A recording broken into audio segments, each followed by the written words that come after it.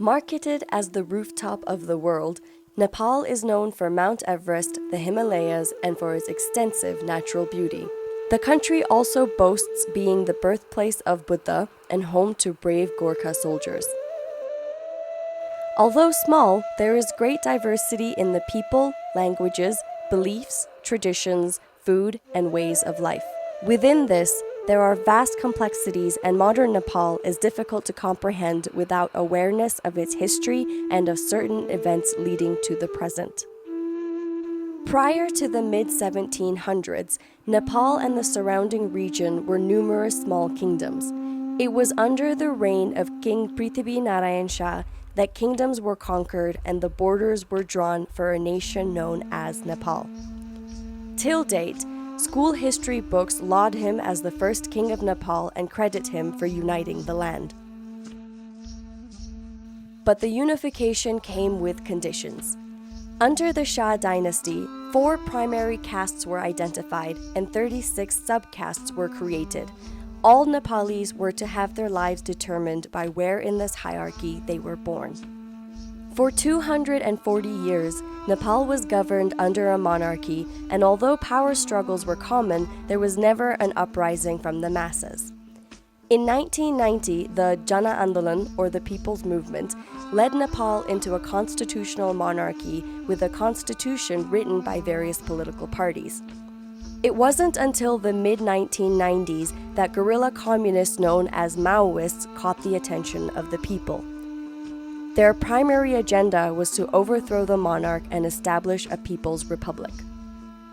Over the decade-long war, strikes known as bandas happened with alarming frequency. During the bandas, all roads, businesses, and offices were shut down.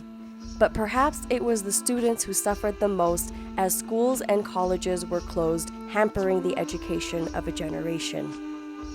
The Civil War finally came to an end with major political parties and the Maoists signing the 7-party alliance in 2006.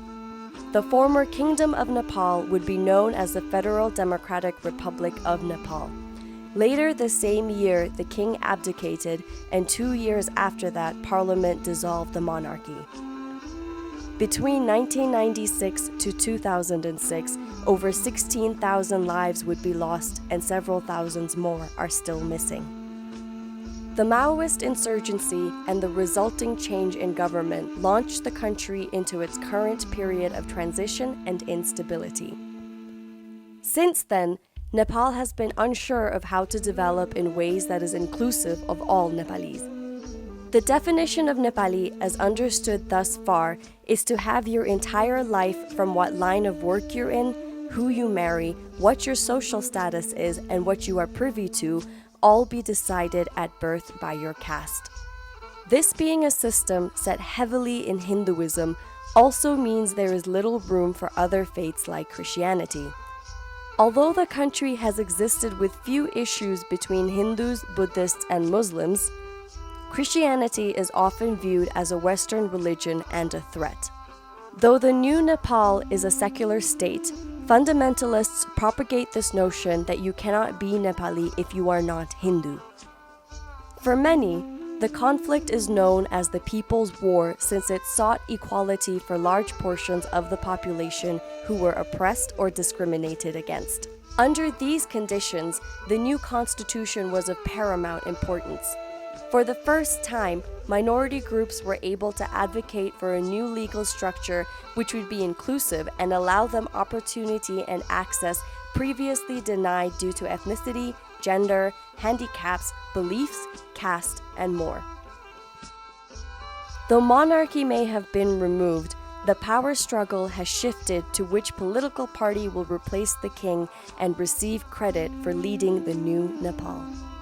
Although various platforms now have representatives from minority groups, most positions of power are still held by high caste male, which means although change is promised, corruption and nepotism is rampant, and existing systems continue to favor those who are already privileged.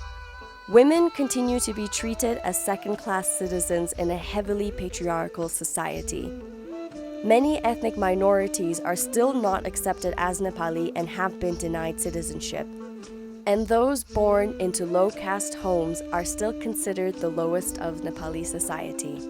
With poor infrastructure, a weak educational system, and insufficient healthcare, there is much stacked against the disadvantaged population.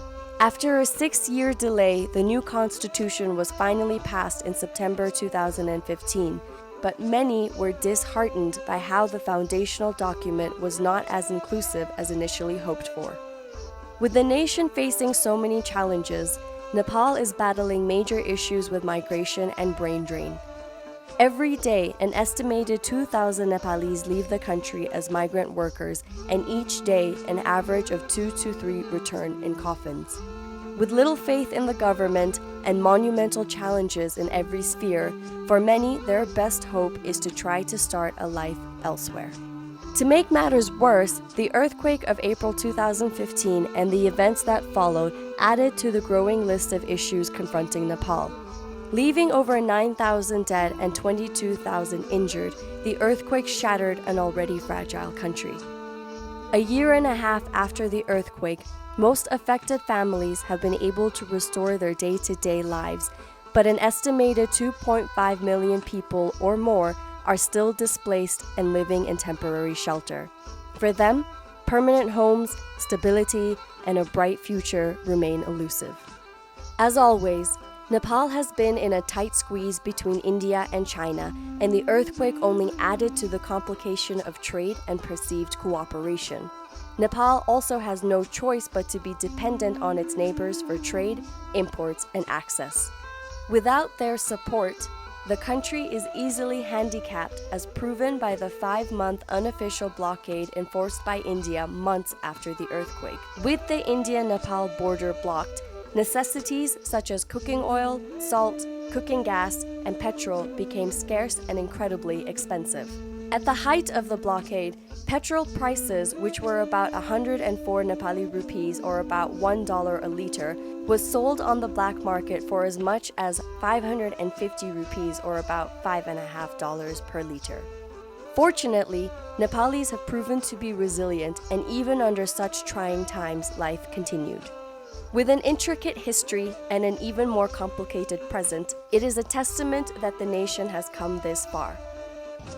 Although the future is uncertain, for now, Nepal continues in its period of transition as it works out what the new Nepal should look like and how it is that we can get there in spite of all the challenges.